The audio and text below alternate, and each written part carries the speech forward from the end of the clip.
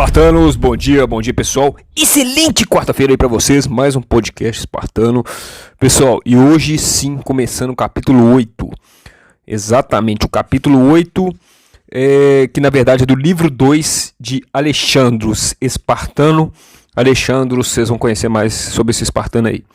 Bom, mas antes já sabe, né, manda aquela bicuda espartana no like aí, já se inscreve no canal, você que não é inscrito aí, compartilha para quem curte desenvolvimento pessoal, histórias de Esparta, mais 7 espartano de antigamente, de guerreiro, para poder usar algumas coisas aqui na vida moderna, nos problemas atuais, e é disso que fala no meu canal, Espartamos junto, Espartamos junto, vamos lá.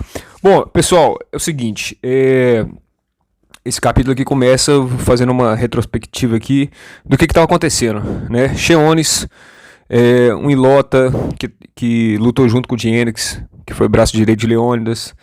Ele foi pego pelos persas e Xerxes queria explorar o máximo possível de histórias e conhecimentos que ele tinha e pediu para ele transcrever essas histórias, e assim foi feito, né? Ele estava mantendo ele vivo para poder absorver e puxar igual uma esponja o máximo de conhecimento que esse ilota tinha sobre Esparta, que poderia ajudar Xerxes, inclusive nas suas estratégias de guerra ali, porque eles estavam no meio da guerra ali dos 300 ali, né, de Termópilas. Bom, então o que acontece? Xerxes fez certinho, né, ele conhecer mais sobre o inimigo dele, fundamental, né? E é isso aí. Então, as entrevistas, quando eu falo entrevistas aqui, pessoal, não é entrevista espartana, não. Inclusive, as entrevistas espartanas aí, nós estamos dando um tempo aí, mas em breve nós estaremos voltando aí, né? E é isso aí. Bom, as entrevistas precedentes foram transcritas durante várias noites, enquanto as forças de Sua Majestade prosseguiam o avanço sem oposição em direção a Elade. Resumindo, Xerxes estava avançando contra os atenienses, contra Esparta, estava indo para cima, né? Estava invadindo a Grécia literalmente, né? E paralelamente a isso, o Cheones estava contando as histórias ali sobre a cultura de Esparta, sobre as estratégias, enfim, né? Os defensores da Termópilas foram vencidos. Aí, ó, eles já tinham inclusive perdido lá em Termópilas já, ó. A frota helena sofrera sérias perdas de barcos e homens na batalha naval travada simultaneamente contra Artemísio. Todas as unidades gregas, a gente pode até ver isso também no filme 300, na parte 2, né? Inclusive, pessoal, uma novidade aí, né? Snyder conseguiu os direitos novamente de 300 e tá para sair o 300 parte 3, quem sabe, hein? Eu acho que esse filme precisava realmente sim de um fechamento. Então, falando que essa história do 300 parte 3 falaria mais da questão do Alexandre o Grande e tal. Eu acho que se mudar o foco, tirar o foco de Esparta, vai ser muito ruim, né? Porque faltou um fechamento no filme 2. Né, faltou a batalha do Peloponeso ali, na questão a batalha, aliás, de Plateias, né, onde realmente é a batalha final dos espartanos contra os persas, onde Esparta expulsa os persas completamente da Grécia. Faltou essa batalha, faltou esse filme falando dessa batalha, né, onde o rei Pausanias, né, assume a liderança do exército espartano e toca o terror contra os persas para fora, né. Então faltou isso. Eu acho que seria muito bom se fosse um filme baseado nisso aí. Continuando, os defensores da Termópilas foram vencidos, a frota helena sofreu as perdas de barco, né? Todas as unidades gregas e aliados e exércitos e a marinha agora abandonavam o campo. As forças terrestres helenas, né, da Grécia ali recuavam para o sul na direção do estímulo de Corinto. E do outro lado da qual, juntamente com os exércitos que agora se reuniam, todos os exércitos ali da Grécia, ali praticamente, vindos de outras cidades gregas, inclusive as forças de Esparta, né, igual eu falei, liderada agora pelo rei Pausanias, né, que iam lutar agora em Plateias, que foram todas convocadas ali, estavam construindo um muro para defender o Peloponeso. A marinha se retirava para Euboea, que os nomes esquisitos aqui, Euboea, e Cabo Sounion, para se reunir ao corpo principal da frota helena em Atenas e Salamina, no Golfo de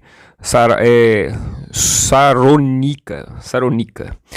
Bom, então aqui, pessoal, os gregos viram que estavam perdendo para os persas, lutaram de forma simultânea, como mostra o filme 302 também, os espartanos pela terra, defendendo o corredor estreito de Termópilas, os gregos atenienses ali, com o Temístocles, né, com suas embarcações, sua frota naval, que era a potência de Atenas pelo mar.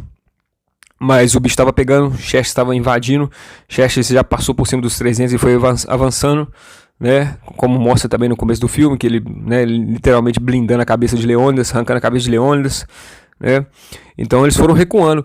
E aí foram recuando no sentido não de recuar para se render ou para se integrar, se entregar. Na verdade, eles recuaram realmente para juntar forças com todas as polis gregas ali para expulsar o inimigo de vez. E pessoal, por mais que você tenha tretas, por mais que você tenha né, dificuldades com certas pessoas, com outras polis, outros estados, chega uma hora que quando vem uma invasão externa, tem que estar junto. A união realmente, nesse caso, faz a força. A reflexão aqui é essa. Por mais que você tenha uma família, às vezes, disfuncional, você briga com seu pai, você briga com sua mãe, seus irmãos, você não conversa direito. Se alguém tentar invadir sua casa, vocês têm que, todo mundo ali, unir forças ali e botar o inimigo pra fora. Entendeu? Se alguém agrediu sua família ali, tem que estar todo mundo junto. Se algum familiar ficou doente, é todo mundo junto ali para revezar no hospital. Quem vai ficar passar a noite com parente. Nessas horas tem que tirar essas diferenças, essas picuinhas, essas mesquinharinhas aí da frente e tá todo mundo trabalhando pelo mesmo propósito. Da mesma forma, uma empresa também. Ah, eu não gosto do Carlinho do financeiro, eu gosto do fulano de tal, também é chato pra caramba. Mas a empresa tá passando por dificuldade financeira. Vocês vão precisar fazer um evento que vai ajudar a promover a empresa e tal. Todo mundo tem que dar sangue ali, todo mundo tem que estar junto ali, porque senão não tem jeito. Não pode pensar de forma individual, egoísta, né? Tem que pensar de forma coletiva. E aqui a Grécia fez isso, por mais que tivesse diferença e guerra entre as próprias polis ali, ou eles expulsavam os persas, entendeu? Ou a Grécia ia sucumbir mesmo, né? A cultura grega ia sucumbir. E com isso, tudo que a gente conhece hoje praticamente não teria existido. Filosofia, medicina, né? Democracia, política, sistema democrático aí. Então, assim, foi muito importante a Grécia ter expulsado os persas de lá para que essa cultura e, enfim, a Grécia, essa coisa reinasse depois na cultura que é hoje, né? Depois virou cultura romana também, enfim, foi a base da cultura dos romanos também. E aí vai falando o seguinte, que eles uniram as forças, as polis gregas, né, fizeram um exército muito maior mesmo, né, como no final do filme 301, eles falam que eram 30 mil gregos, comandados por 10 mil homens espartanos, né, e resumindo, eles colocam um número lá mais ou menos, não sei se foi isso de forma real, mas Esparta também, novamente, comandando a maior força da Grécia. Todos os exércitos liderados por Esparta, que era o cabeça, que era o mais forte de todos da Grécia. Isso aí é sem dúvida. Isso aí não tinha marketing nenhum também não, né? O pessoal falando Esparta era muito marketing, não sei o que os atenienses que não sei o que mas que na hora de liderar lá, quem liderou na Termópilas, quem liderou nessa guerra de Platéia foi espartanos. Então, eu acho que isso aí está na história, está nos livros, está no registro, né? Não tem que discutir isso não. Bom, o exército de Sua Majestade, de Xerxes no caso, ele botou fogo em várias cidades ali, várias polis ali. E aqui vai falando, né? Poques, tropas imperiais incendiaram completamente as cidades de Drimos, Charada, Erochus, Terotonium, a Picaea, Neon, Pedies, Trites, Elateia. Resumindo, um monte de cidades esquisitas aqui. Todos os templos e santuários desses deuses helenos da Grécia ali foram destruídos, inclusive o santuário de Apolo, né, foram demolidos e os tesouros foram espoliados. Bom, resumindo, Xerxes começou a invadir a Grécia, principalmente Atenas, pessoal. Ele destruiu as cidades, destruiu os templos, saiu devastando tudo. Queria acabar com toda a cultura que existia, qualquer forma de cultura ou que tenha existido ali. Ele queria destruir tudo, as estátuas, os deuses, a religião. Ele queria colocar tudo ali o pessoal fala, Xerxes foi um rei bondoso, né? Nesse caso não foi bondoso não, ele realmente, os gregos, ele teve muita dificuldade com os gregos, né, para conseguir invadir, com os 300 inclusive, então ele estava com muito ódio, então ele queria destruir tudo, ele não queria deixar nada, então destruiu Atenas, destruiu a cidade toda, né, incendiou tudo, e não queria deixar nenhum tipo de cultura lá, né? E é complicado, né, pessoal? É igual eu falo pra todo mundo assim, tem horas que a vida vai te destruir completamente, vai destruir sua casa, uma enchente pode levar sua casa embora, pode levar todos os seus bens, pode levar todo o seu dinheiro, né? Pode matar sua família, às vezes vai perder totalmente sua base. Imagina você perder sua casa, sua família, seus bens, seu cachorro, sabe? Por um terremoto, por uma enchente, por uma catástrofe, ou por um incêndio, por uma tribo que invade aí e que bota fogo em tudo. E o que sobra? Sobra você, a sua esperança, o seu legado, o seu conhecimento. É o que sobra, pessoal. É por isso que eu falo sempre, invista em conhecimento, né? Isso ninguém pode te roubar, isso ninguém pode tirar de você, né? E mantenha firme o seu propósito, o propósito de vida, o seu legado, que é isso que vai te mover a querer continuar lutando, querer continuar vivendo. Porque sem isso a pessoa ela entra num estágio depressivo profundo e já era, né, pessoal? Ela perde a vontade totalmente de viver, né? Bom, em relação a Xerxes, o tempo da pessoa real, o tempo de Xerxes agora estava consumido, mais ou menos 20 horas por dia que ele ficava ali por conta de tarefas urgentes e assuntos militares diplomáticos, né? Essas exigências, entretanto, não diminuíram o desejo da sua majestade, né, de continuar escutando as histórias de Ximenes, de ouvir o restante da história do bárbaro. Ordenou que as entrevistas prosseguissem em sua essência e que o registro textual fosse transcrito para uma leitura cuidadosa de sua majestade em suas poucas horas livres. Quer dizer, ele não tinha tempo ali de ficar escutando o tempo todo ali o escravo, né, porque ele tinha que resolver todas essas questões de guerra, né? A demanda dele aumentou, mas ele também não queria perder o conhecimento. O que foi muito inteligente, se a gente reparar, né, pessoal? A verdade é essa, pessoal. A vida, quando a gente começa a ter progresso nas coisas, eu estava discutindo isso, essa semana isso com uma espartana. Quando as pessoas começam a crescer, quando o seu negócio começa a crescer, quando você começa a prosperar, mais problemas complexos vão chegar na sua vida. A questão, o que muda é que a sua capacidade de resolver esses problemas, ela se torna cada vez melhor. Você fica melhor para resolver esses problemas. Você tem uma carapuça, umas costas, uma argamassa, né, que aguenta mais o peso de complexidades de problemas. E eles vão ficar mais complexos. Você vai crescer, você vai ter que aumentar seu estoque, você vai ter que fazer maiores investimentos, você vai ter que investir em infraestrutura, talvez você tenha que terceirizar sua parte logística. Resumindo, todo o crescimento de negócio vai te dar mais trabalho, vai te trazer mais problema. O seu nível de responsabilidade, uma fábrica que tinha 5 funcionários, agora passou para 50, imagina a responsabilidade, né, de você administrar isso. Então, quanto maior o poder, realmente é Homem-Aranha mesmo, maior responsabilidade, né, pessoal? E muita gente não está preparada para isso. Todo mundo quer crescer, quer pegar só o bem bom, mas não sabe que quanto maior você fica, mais problemas você vai ter, né? E que você vai ter que saber delegar, você vai ter que saber terceirizar, você vai ter que se colocar, andar com gente do bem, gente de honra, de valores, né, de equipe, né? Porque eu sempre falo isso, eu acho que num relacionamento, ou então num sócio para uma empresa, ou seja, para contratar um funcionário, eu acho que vale mais a questão da competência, da parte ética, moral, dos princípios, dos valores bem sólidas, porque aí o trabalho ele aprende. O trabalho ele aprende, né? Eu acho que antes um funcionário numa empresa que... É a minha opinião, claro, cada um tem a sua. Mas eu prefiro um funcionário menos capacitado, mas que tem os valores bem sólidos, né? De ética, de não mentir, de ser honesto, né? Para esse cara crescer dentro da empresa, do que um cara que é super competente, mas que tem um caráter realmente duvidoso, né? Que tem um caráter instável, onde você não pode confiar na pessoa. Ele pode ter muito conhecimento, ele pode dominar muito aquela área, mas é um caráter ali que pode te decepcionar, que pode te deixar na mão, que pode te trair.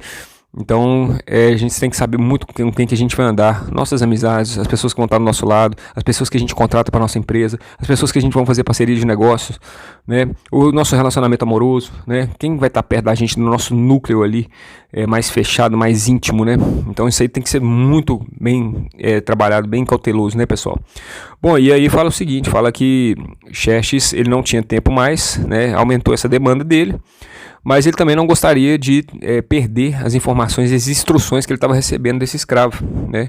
O que a gente pode comparar hoje com a vida moderna é que ele estava trabalhando e estudando, né, pessoal? Trabalhando e estudando, não queria perder o tempo do estudo. E aqui, comparando com a vida moderna também, é como se fosse uma EAD, né? Uma educação à distância, né? Porque ele já não conseguia ficar próximo ali do escravo escutando as histórias, mas ele pegava tudo que o pessoal registrava das histórias e depois lia depois com calma, e não deixava de estudar. E eu acho que isso para a vida moderna, pessoal, é essencial na nossa vida moderna. A gente tem que continuar fazendo isso, né? Você vai trabalhar, você vai ter as suas demandas, mas não deixe de todo dia.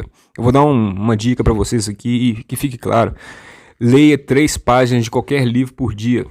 Leia 3 páginas, é só 3 páginas, pessoal, só 3 páginas, mas não deixe de ler todo dia leia, todo dia leia, 3 páginas não vai matar ninguém. Tem gente que consegue mais, tem gente que vai conseguir menos, mas 3 páginas eu acho que é um bom caminho aí para todo mundo aí, para buscar sempre conhecimento. Não pare de buscar conhecimento o resto da sua vida. Leia 3 páginas de um livro por dia, sempre. É uma rotina que eu faço há anos e faz muito bem para mim, pessoal. Eu nunca paro de ler, eu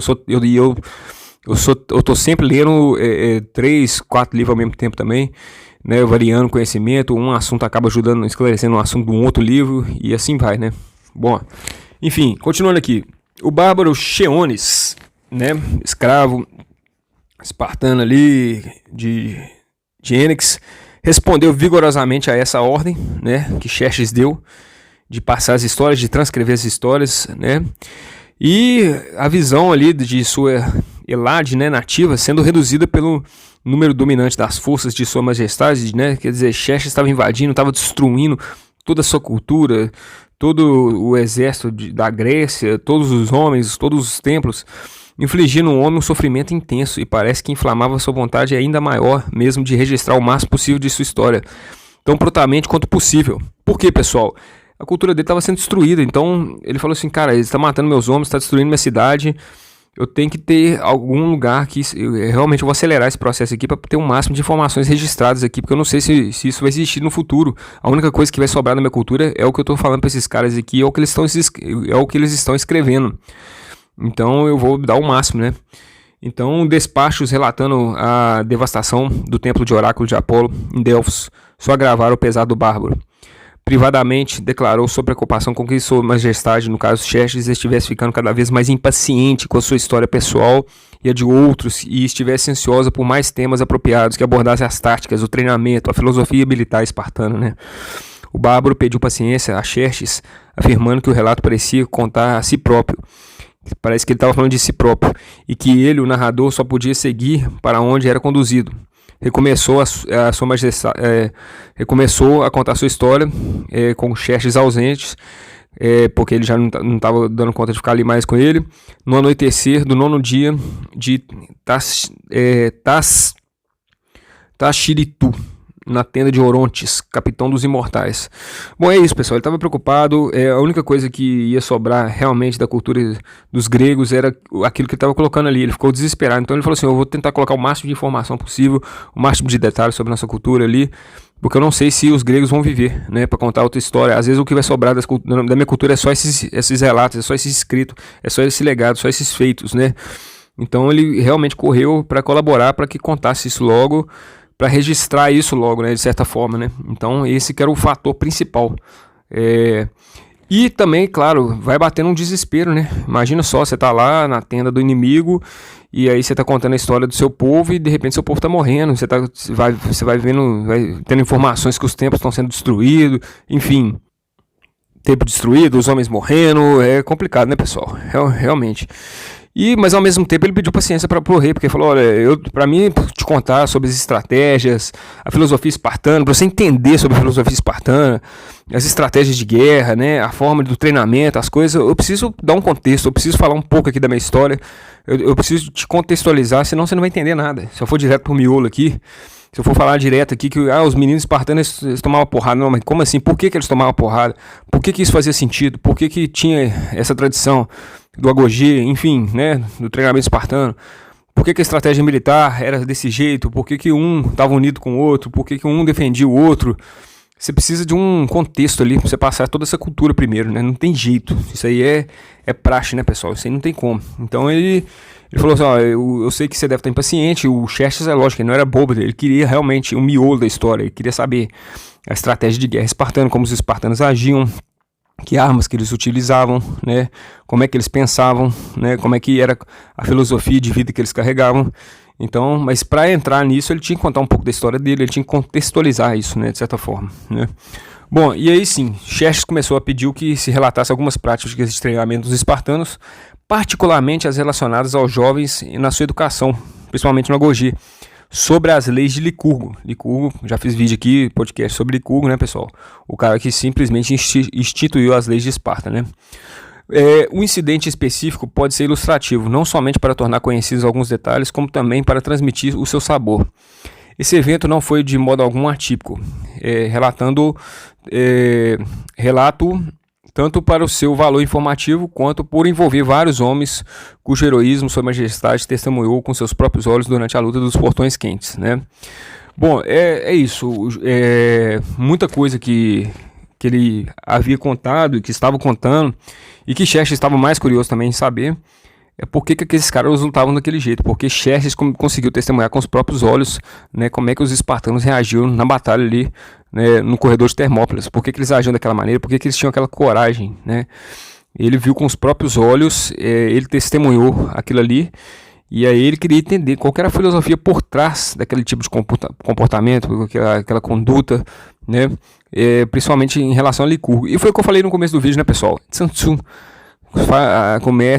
falei no vídeo passado também, quanto mais você souber sobre seus inimigos, quanto mais você conseguir observar quem está te observando, quanto mais você descobrir quais são as fraquezas do seu inimigo, quanto mais você descobrir onde é as suas fraquezas, onde o seu inimigo quer te pegar, né? Quanto mais você conhecer quais as forças do inimigo que pode acabar com você, melhor você vai ser na batalha. Você descobrir as estratégias, o treinamento, a forma de pensar, a forma de conduta, você vai começar a dar um passo à frente do seu adversário. Essa que é a verdade, você vai entender onde seu adversário quer chegar, como é que ele age, por que ele está agindo dessa maneira, né? Isso é fato. Bom, e aí continuando aqui, e agora já entrando um pouco na história aqui do capítulo, né? Ele vai falando de um incidente que ocorreu há mais ou menos uns 6 anos antes da Batalha de Termópilas. Ele vai explicando, olha, eu tinha 14 anos na época e ainda não tinha sido contratado pelo meu senhor como seu escudeiro. De fato, eu vivia apenas 2 anos em Esparta, né? Estava servindo ali como parastates, né? Pais, que é tipo um parceiro de treinamento a um jovem espartano da minha idade, chamado Alexandros. Já o mencionei aqui umas 2 vezes, ele era filho do Polemarque, líder de guerra Olímpios, e na época com 14 anos o protegido de Diênix. Alexandros era o membro mais jovem de uma família, de uma das famílias mais nobres de Esparta. A sua linhagem descendia pelo lado de Euriponte, diretamente de Heracles. No entanto, a sua constituição não se ajustava ao papel de um guerreiro. Em um mundo mais delicado, Alexandros teria sido um poeta, um músico, era claramente um tocador de flauta, inclusive um dos mais perfeitos na sua idade, embora quase não praticasse. Seu talento como cantor ainda era mais excepcional. Como contralto em um menino, como contraste em um menino, e mais tarde já um homem, com sua voz se estabilizou, né, como um tenor puro. Era literalmente um cantor, um tenor, flautista, músico, sensível, poeta. Bom, pessoal, e aqui a gente já fecha o capítulo dizendo o seguinte: em Esparta, os meninos, todos eles passavam pela Gogia, todos eles, independente do talento que tem, tinha que ser guerreiro. Então eles não queriam saber se você era músico, se você era escritor, se você tinha um talento para certo tipo de coisa. Antes de ser qualquer coisa, você tinha que ser guerreiro primeiro. Você tinha que ser um guerreiro. Você tinha que saber lidar com a guerra. Você tinha que saber matar. Você tinha que saber proteger. Você tinha que saber sobreviver. Você tinha que aprender a roubar no Gogia. Você tinha que aprender, né, literalmente, a se virar. Então, por mais que você seja de uma família rica lá dentro de Esparta, nobre, os espartanos não tinham dó dos meninos ricos também não. Da família nobre de Esparta, mas ia para Gogia também. Ia passar o pão que o diabo amassou também. Ia se tornar bruto, ia se tornar guerreiro, o que é muito bom, né? O que inclusive tem muitos, hoje a gente vê na vida moderna, né? Eu tava vendo essa semana aí que o cara do TikTok, que inventou o TikTok, não deixa os filhos dele mexendo no TikTok, né? Que o Bill Gates pega pesado com os filhos dele também, né? Então, assim, por quê? Porque cria uma mentalidade mais bruta no menino, de não ficar pegando as coisas com facilidade, né? Não acostumar com as coisas fáceis da vida, simplesmente para trazer a mentalidade de guerreiro, que ele, olha, você tem que desenvolver isso, você tem que desenvolver sua casca bruta para você correr atrás das suas coisas, né? Isso aí é fato. Mas, bom, de fato é o seguinte, pessoal, aqui, sem chance de Alexandros não ser um guerreiro. E na sua vida moderna, por mais que às vezes você queira um caminho, né? Eu quero ser músico, eu quero mexer com teatro, eu quero mexer com dança, eu quero mexer com poesia. Pessoal, independente daquilo que você tem sonho, daquilo que você quer mexer, infelizmente vai ter hora que a vida vai chegar pra você assim, vai dar um tapinha nas suas costas e falar assim, você pode ser o que você quiser e tal, beleza, mas aqui você vai ter que pagar o preço, você vai ter que botar comida na geladeira, você vai ter que pagar boleto. E às vezes você vai ter que fazer coisas, na verdade, muitas vezes você vai ter que fazer coisas que... a Mariana falou na entrevista dela, eu achei interessante, ela falou sempre fazer o que não gosta. E sempre fazer o que não gosta com disposição. Porque muita coisa que você vai ter que fazer na sua vida você não vai gostar. A vida vai te obrigar a ser um guerreiro. Vai ter certos momentos na vida que você vai ter que fazer aquilo que não gosta. Às vezes, para pagar o seu curso de faculdade de música, você vai ter que ralar de Uber, entendeu? Ou mexendo com ser entregador de iFood. Então não tem jeito, pessoal, não tem jeito. Isso aí é fato. Você vai ter que passar por uma aprovação para poder chegar no seu sonho de fato. Seu sonho não vai vir fácil, as coisas não vêm fácil, ninguém te deve nada. Você tem que correr atrás do seu sonho, você tem que correr atrás da sua riqueza, das coisas que você gosta de fazer, das coisas que você, né? Então não tem como, você vai ter que ter uma argamassa dura, você vai ter que aprender a ser um guerreiro, você vai ter que aprender a lidar com problemas, você vai ter que aprender a resolver problemas, você vai ter que aprender a lidar com frustrações, né? Você vai ter que aprender a lidar com, às vezes, desemprego, com doença, com fim de relacionamento, com instabilidade econômica do país, né? Passar por dificuldades, enfim, você vai. E é a vida, pessoal, é a vida do brasileiro médio aí. A gente tá aqui também nessa corrida dos ratos aí, nessa luta constante aí. E é isso, não tem como. É botar comida na geladeira, é pagar as contas, é os boletos que chegam, é os problemas do trabalho. Resolver isso. Ah, mas eu queria ser cantor, eu queria ser músico. Você pode ser o que você quiser, mas primeiro você tem que sobreviver. Primeiro você tem sua rotina ali. Primeiro ali você tem que aprender a virar um guerreiro, lidar com todas essas frustrações, com todas essas dificuldades aí, para depois você realmente conseguir ser aquilo que você quer ser. As coisas não vêm fácil, né? E aqui com os espartanos, da mesma forma, por mais que ele tinha um talento, por mais que ele fosse de uma família abastada, as leis de Esparta eram duras, o código de Esparta era duro, ele ia ter que virar um guerreiro antes de ser qualquer coisa. Ele ia ter que aprender a defender os colegas dele, ele ia ter que aprender a matar, ele ia ter que aprender a botar uma armadura espartana, manejar uma espada, ele ia ter que aprender, né, para depois ele desenvolver o talento dele de música. Então ele não poderia ser afeminado em Esparta, ele não poderia ficar só por conta de talentos, curtindo sensibilidade e poesia. Ele ia ter que pegar um pesado, ele ia ter que primeiro construir um corpo forte, uma mentalidade forte e um espírito de luta forte, para depois poder fazer o que ele quer. E a vida moderna, fazendo essa comparação, é isso, pessoal. Na vida moderna, o espartano da vida moderna, ele tem que ser isso mesmo, ele tem que ser bruto mesmo, adquirir essas capacidades, né, essa força física, mental, espiritual, para lidar com os problemas hoje em dia, para depois ele sim poder perseguir os sonhos dele com mais tranquilidade, porque ele já vai estar inclusive mais estabilizado psicologicamente para isso, né? Bom, espero que vocês tenham gostado dessa história aí, foi uma história grande, a gente começa a entrar, né, no capítulo aqui de Alexandros, e é isso aí. Se te curtir a história, dá uma bicuda espartana no like aí, se inscreva no canal você que não é inscrito, compartilha para quem você acha que curte esse tipo de história, ativa as notificações do sininho aí, entra na comunidade do WhatsApp aí pra gente discutir mais sobre os assuntos aí. E é isso aí, pessoal. Excelente quarta-feira para todos aí, espartamos junto. Arru!